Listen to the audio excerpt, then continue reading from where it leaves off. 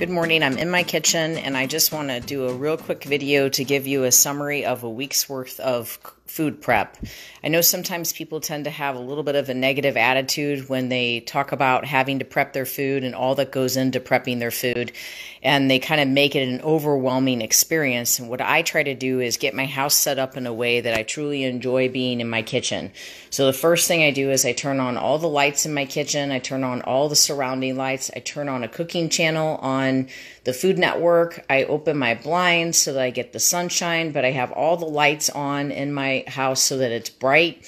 I light one of my candles so that I can enjoy the experience of being in my kitchen. I bring my dogs in with me. I make sure my kitchen is nice and clean, and then I'm ready for food prep for the week. So I'm enjoying being in my house, and I'm looking forward to the process of spending 2 hours in my kitchen. So that's the first thing I would suggest is when you're getting prepared for food prep, don't try to do it in a dirty kitchen. Don't try to do it in an unorganized kitchen, and don't try to not have, the environment that you want to be in. So try to make it as an enjoyable environment as possible. So the first thing I do the night before is I thaw out my meat and I thaw out all of my vegetables. And I buy my vegetables frozen, and I buy them just at Deerberg's. And an example of the frozen vegetables I get is the Green Giant riced cauliflower. And then I also get the Green Giant chopped broccoli. They do also sell riced broccoli now that you can get as well. So I start with 3 full sheet cake pans here. So I've got 7 bags of cauliflower, and I have 7 bags of chopped broccoli.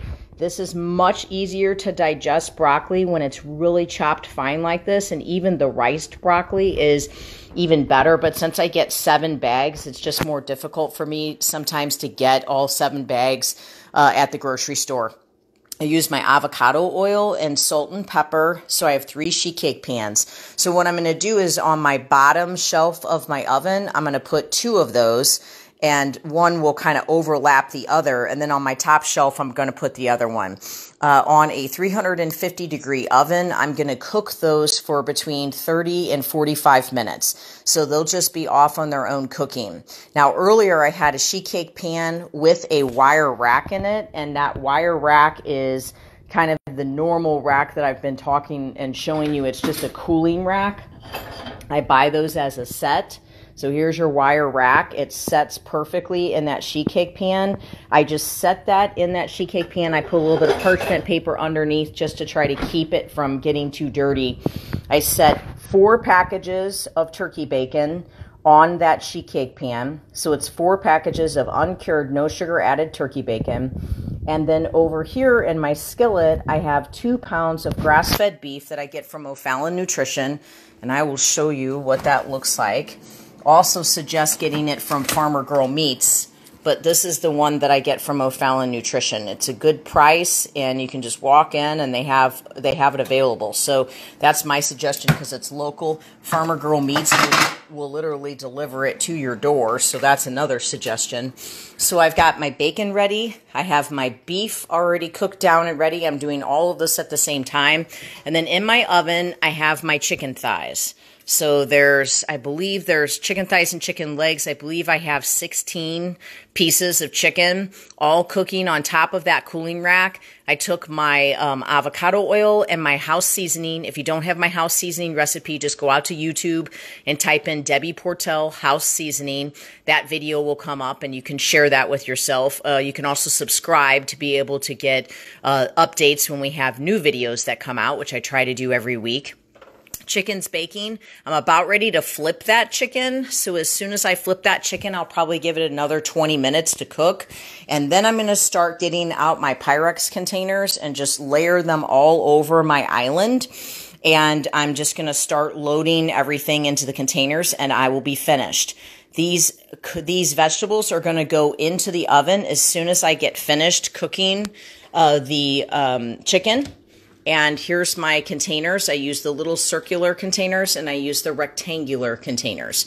So either of these are going to be your best option. I particularly don't like to use plastic because I've always had issues with estrogen. So I don't like to take the chance in using something and warming it up and then potentially having an issue with estrogen through the containers. So I always use those Pyrex containers.